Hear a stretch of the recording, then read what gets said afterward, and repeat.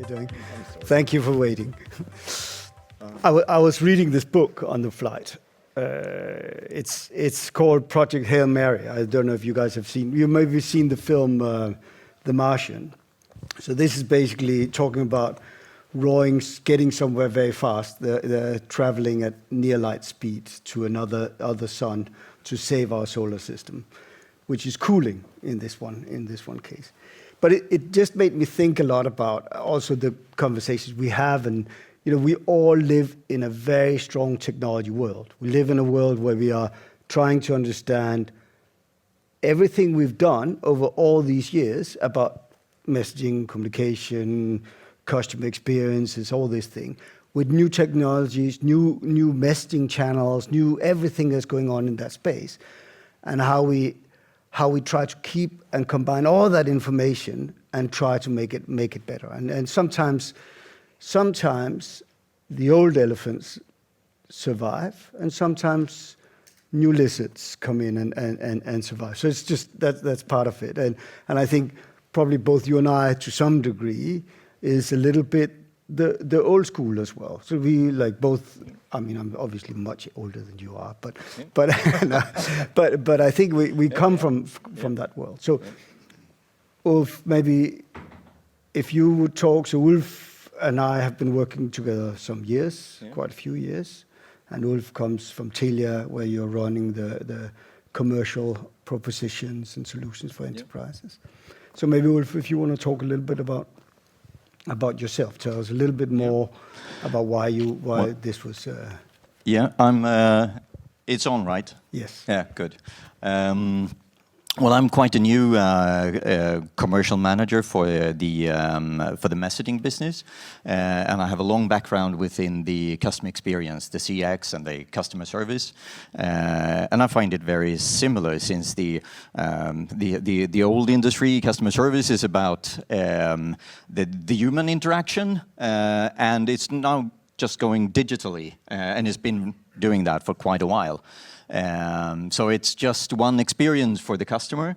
We do it a little bit differently, but it's still the customer, how the customer perceive the service or the communication and stuff like that. So it's very close related.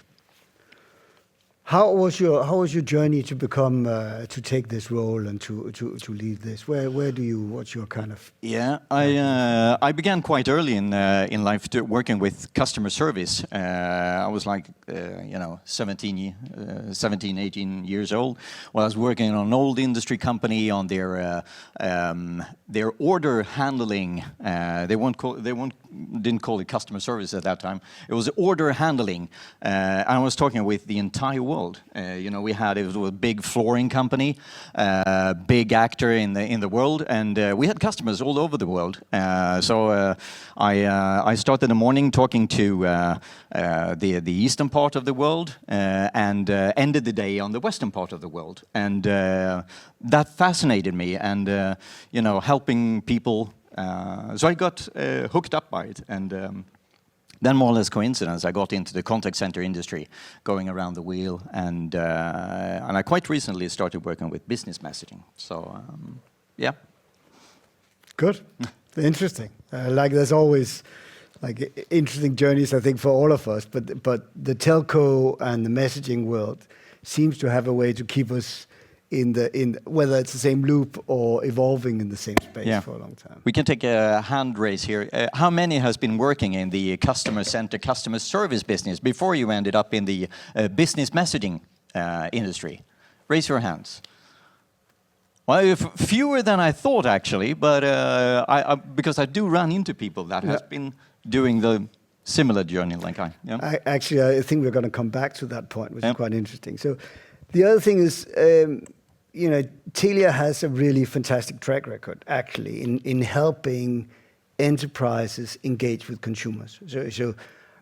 And I have 2 points in that I think is quite impressive. Is that one, Telia did a lot in the contact center space and a lot in the software space, etc. So when I talked with you guys first, you clearly were leading that space. The other thing was, I came in at that point very much around CPaaS, and you had a vision that was much stronger than any of the other telcos at that point. This is 10 years ago, so you all have evolved a lot since then.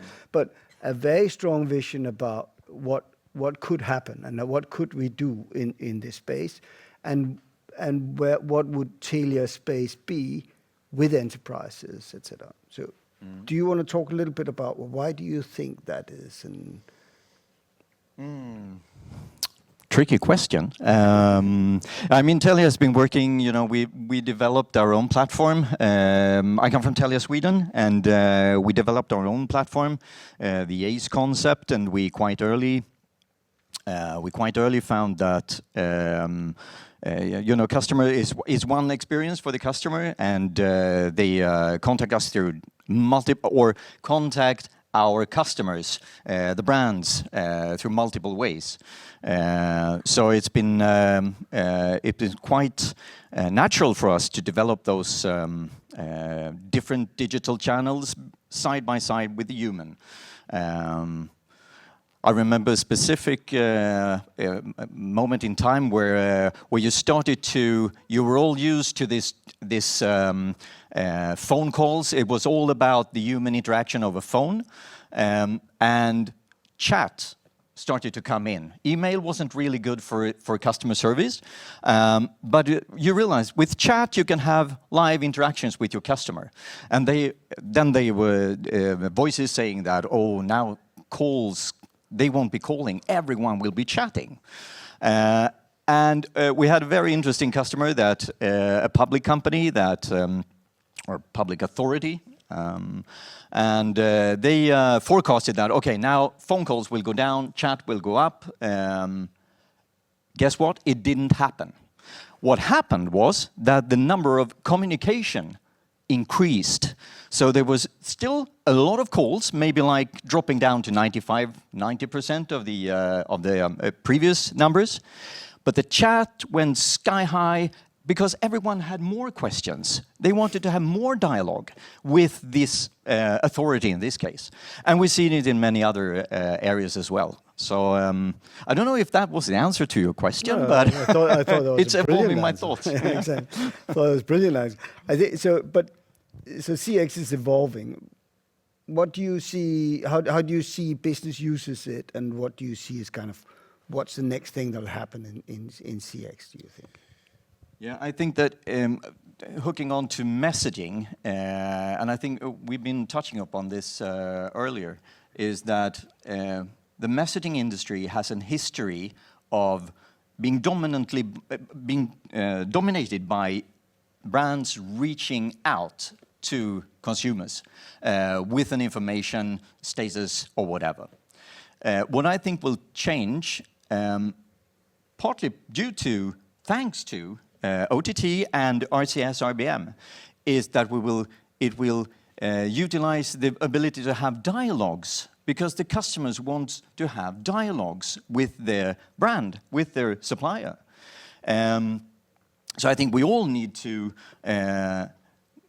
train or educate also the brands to open up for the communication and let the customer ask questions. Personally, I hate when I get an SMS saying, you can't reply to this.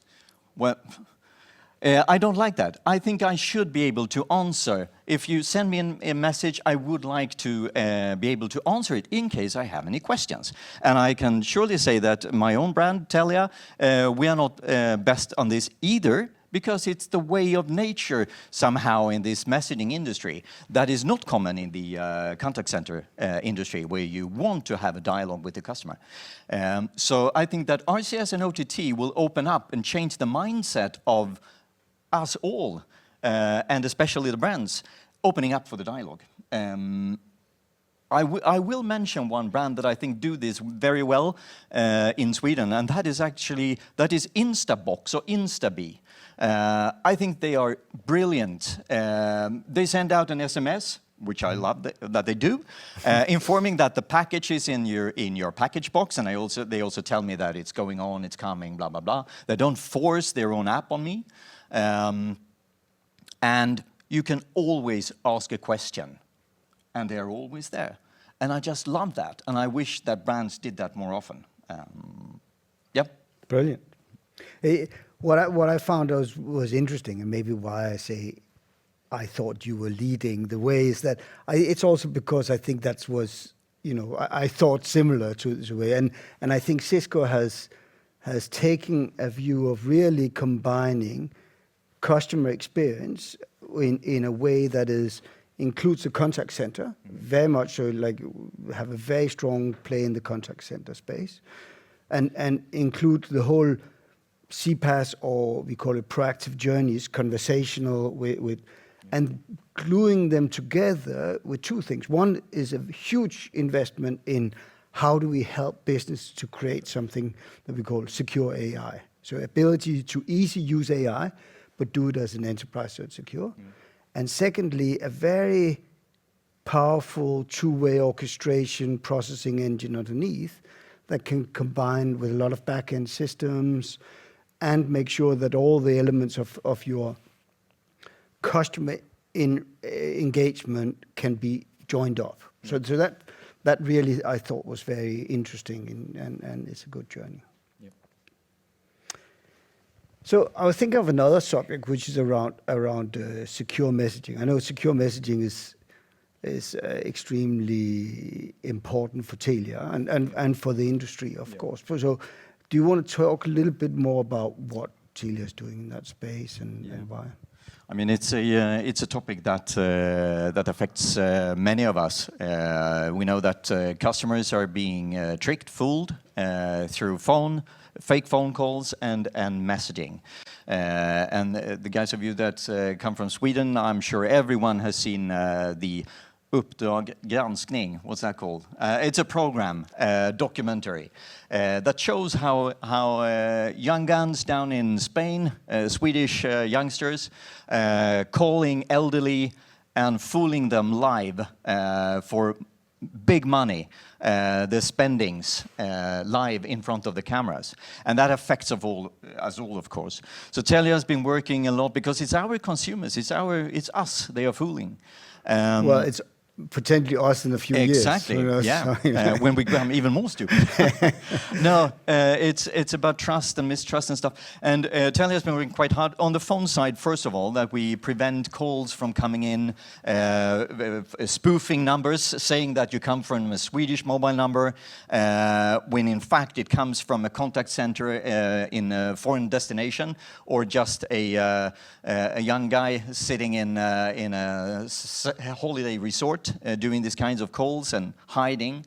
And we also do a lot of stuff now on the messaging side. We talked about sender ID protection, protecting. Many say that it's used to protect the brand's name, etc. It's not that. It's protecting consumers from being fooled by fraudsters misusing brands to get into the skin and into the bank accounts of those people. So sender ID is protecting people. And another thing we're doing, it's become much more easy now to report spam on your mobile device. I'm sure that all of you have seen this report spam just above the text row where you answer the SMS, and there you can report spam. And that is directly connected to the operators, at least to Telia, and I'm sure it's connected to all the operators. So we get these reports, and they have gone sky high. We get that straight into our SMS firewall, where we can analyze it and take action much quicker, because it's just a click away for the consumer to say that I think this is suspicious. I don't like this. And we can take action. We make contact with the aggregators and with certain information and ask them to investigate it and take further action, etc. So we can get the bad people out of the business. So that is a few things, and then we got some AI stuff going on that I can't tell you more about. Oh, nice! I like that. Yeah. So tell me. So, I mean, obviously, SMS evolution or RCS or like RCS has become something we all are looking into. What's Telia's view on RCS and? Yeah, it's RCS is definitely RCS and RBM is definitely the next generation of SMS. It will give better possibilities to have a conversation with the customer, not only sending out. You could have a conversation, and maybe the most important thing that I like with this is the ability to replace apps with RCS, thanks to RCS and RBM conversation. Partly OTT, but I think that RCS and RBM has greater potential of replacing apps. And all industries, I believe, have recognized the app fatigue from customers. They don't want to download another app. There are just a few industries that's been successful in providing apps and getting their consumers or customers to download it. But this takes away the need of downloading anything when you go with RCS and RBM. So I think that is maybe one of the biggest sales pitches going forward, besides all the nice things with better communication media and colors and stuff like that, hiding dangerous links behind a button instead to make it more trustworthy, besides the verified by Telia and Google facility. Yeah. I think that, I mean, it's quite interesting as you talk with telcos, that the whole drive that they see, and clearly there is a strength for the telco world to own the RCS channel, because it is a telco-owned channel mainly. And clearly you see a fatigue in email because of volume and because of open rates are reducing, etc. And you see an element of distrust in the SMS channel. So even though those two will always be there, I think telcos, and I'm on that track as well, have a strong belief that RCS could be the replacement. I'm not saying they're replacing all channels at all, but it could be a channel that everybody can go into everybody's phone without an inbox, without downloading of an app, and with a higher trust and a higher engagement and the ability with everything you get in RCS. So I think that's quite interesting. Well, what do you think if we sat here 5 years from now?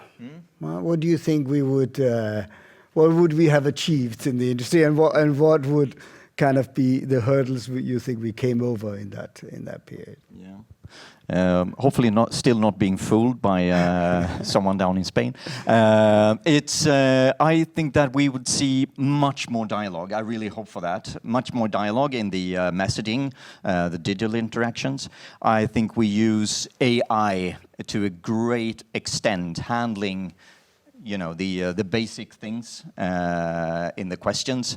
And RCS, RBM, I'm sure will have a great portion of this total communication landscape together, because all medias are good for different things, different purposes. It's about the user case and what you want to achieve and what the customer would like, because more and more communication is on the customer's, customers, what do the customer, what do the customer want? What do they prefer? How do they want to interact with your company? We are so used to choosing that for our customers, and it will continue like that. But I think that the different messagings and the CPaaS enabling the customer to have a choice in this and contacting the same company through multiple channels of their own choice. What suits them best and what kind of apps they prefer. If they prefer Twitch or Discord, if they prefer that and talk to the brand with that, go ahead. You only need this kind of CPaaS solution that enables that. And you and I will still be working with SMS when we go on leave. So let us continue to do that. A better landscape for the market. Good. And so on a personal note, what do you think, kind of, like, you have a very broad view of the market, I mean, with CX starting on the contact center side and everything that's come into this space. What excites you the most coming in this space of CX now? It is definitely RCS RBM. I think that that is super important. I fully agree. I hear what you're saying, that the mobile operators the carriers need to act, and I fully agree on that. We have an important role to play to educate just by sending out. I think that was Telenor that said earlier that you started to use it to inform about stuff around your own products. I think that is great. That is exactly what should happen. Yeah. And I think that we are doing some stuff we are using it for onboarding journeys when we get new consumers, getting some stuff. Then we know that because we have sent out an SMS through for the logistics saying that your package is ready to be collected. We know that within a few minutes, and then we can send out on their way home, would you like some help to unpackage this and install it in your home? So, and by sending that by RBM, we reach decision makers, not only regular customers, so to speak. More or less everyone is a decision maker or influencing decisions. And I think that is super important for us. So we are working with that especially on the Swedish side, since I'm based there and working there. But I'm pretty sure that the other Telia companies are doing as well in our footprint. So it's, RCS all in.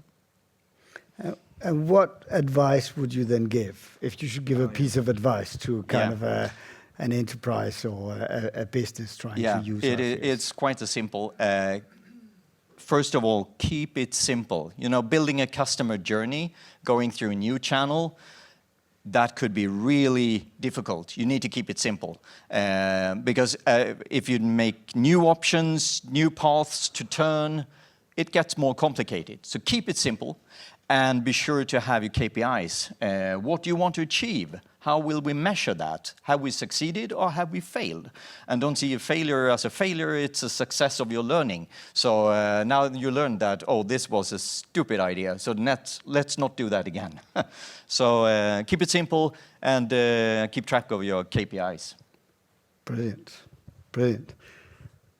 I think it's like the industry is changing. It's like the tectonic plates are moving at this point. Because I think that correlation of the RCS ability to have a proper two-way conversation and the ability we're bringing in with AI and other technologies into the space and everybody putting this together as a overall consumer experience, I think has a huge change, actually. And I think what we will see is that players which were very good to handle large volume outbound communication may not be the players that are very good in this new world. Because the difference between sending really great communication out and actually handle all the complication of having inbound and making sure you answer correctly and actually take them down the right journey is a very different. Like it's,